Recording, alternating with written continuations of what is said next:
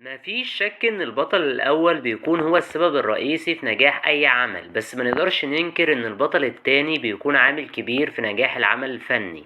في فترة الخمسينات والستينات كان في منافسة كبيرة بين عبد السلام النابلسي وعبد المنعم إبراهيم في منطقة البطل التاني. انت لو شلت عبد المنعم إبراهيم من أفلام إسماعيل ياسين هتحس إنها مش كاملة.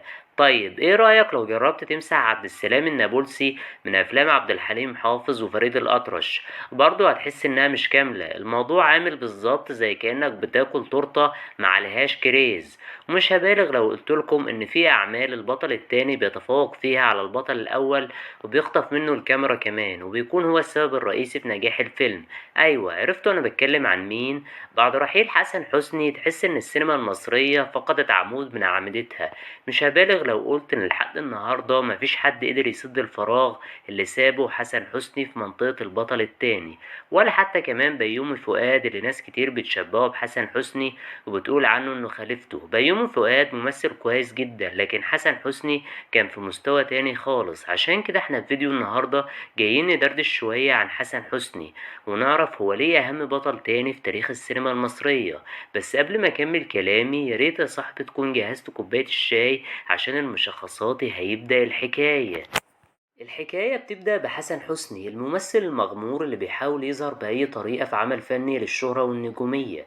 في ناس كتير هيتفاجئوا لما يعرفوا إن أول ظهور سينمائي لحسن حسني كان في دور بسيط جدا في فيلم الباب المفتوح.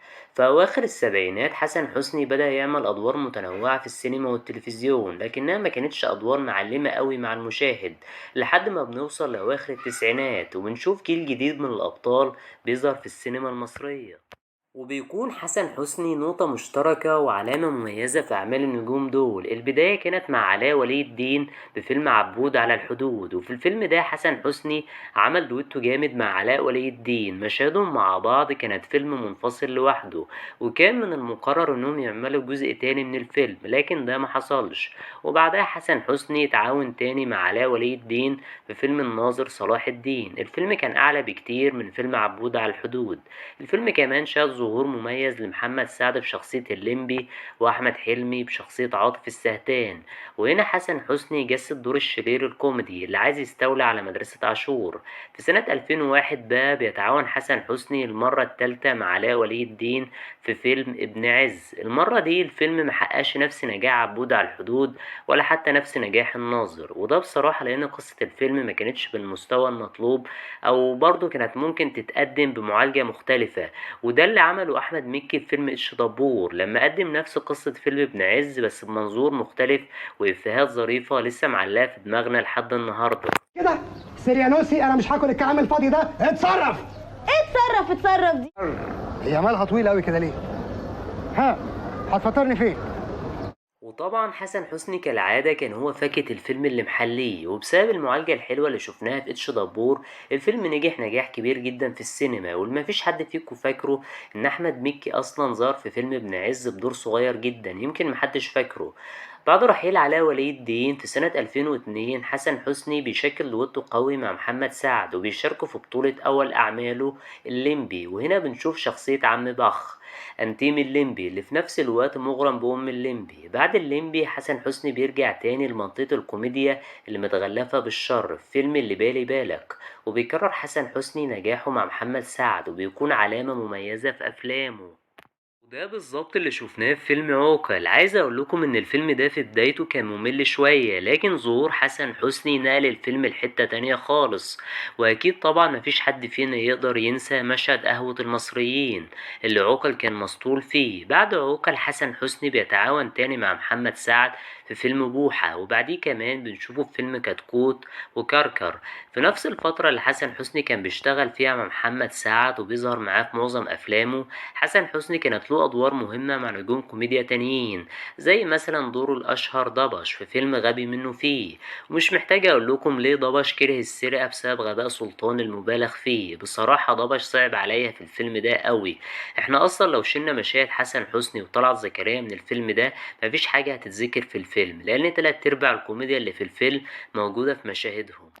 في نفس الفترة بيتعاون حسن حسني مع كريم عبد العزيز في فيلم الباشا تلميذ، وبيستعين بيه في مهمة خطيرة عشان يدخل الجامعة ويقبض على جماعة بتهرب المخدرات. لو افتكرتوا إن غباء سلطان في غبي منه فيه جاب جلطة لضبش، فغباء محمد لطفي قضى عليه خالص. كنت بحب أوي المشاهد اللي بين الاتنين دول في الفيلم. في نفس الفترة حسن حسني اشتغل مع أحمد حلمي في أعمال زي زكي شان، وهنا حسن حسني قدم لينا شخصية الأب اللي دايما بينكش في ابنه، وعلاقتهم عاملة زي توم وجيري بالظبط. وفي ميدو مشاكل برضه بيقدم دور أبو أحمد حلمي، وتكون علاقتهم برضه عاملة زي القط والفار، نائر ونقير.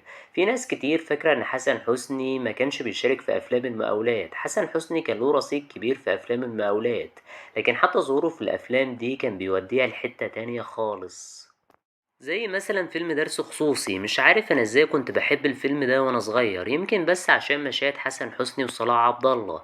وفي سنة 2010 قدم حسن حسني شخصية الحرامي تاني، بس المرة دي بشكل مختلف وأعنف شوية. شخصية سيد الحاوي قريبة شوية من شخصية ضبش. مش محتاج اقول لكم ان دايما كنت بستنى مشاهد سيد الحاوي مع اولاده الاتنين عشان اقع من الضحك. ياه، ذكريات رمضان 2010 كانت أيام والله. وأكيد طبعا جزء كبير من نجاح مسلسل لص والكتاب يرجع لحسن حسني بشخصية سيد الحاوي. في السنين اللي بعد كده حسن حسني نشاطه الفني ابتدى يقل، ومعادش بيشارك في أعمال كتير زي الأول.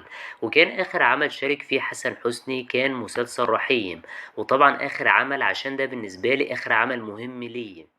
وفي مسلسل رحيم حسن حسني ساب فيه لحظة مؤثرة ومميزة في المسلسل بأغنية ابن أبويا. البطولة الوحيدة اللي خدها حسن حسني كانت في مسلسل اسمه حمد لله على السلامة، لكن المسلسل محققش النجاح المطلوب، وقليل قوي لو لقيت المسلسل ده بيتعرض على القنوات. بعد رحيل حسن حسني نقدر نقول إن السينما المصرية فقدت عمود من أعمدتها، وواحد من أهم الممثلين اللي كانوا بيلعبوا بحرفنة في منطقة البطل التاني. واكبر دليل على كده الفراغ اللي سابه حسن حسني في صناعة السينما. لما تيجي تتفرج دلوقتي على افلام محمد سعد ولا حلمي ولا هنيدي ولا هاني رمزي، هتحس ان فيها حاجة ناقصة. الحاجة الناقصة دي كانت عم حسن حسني.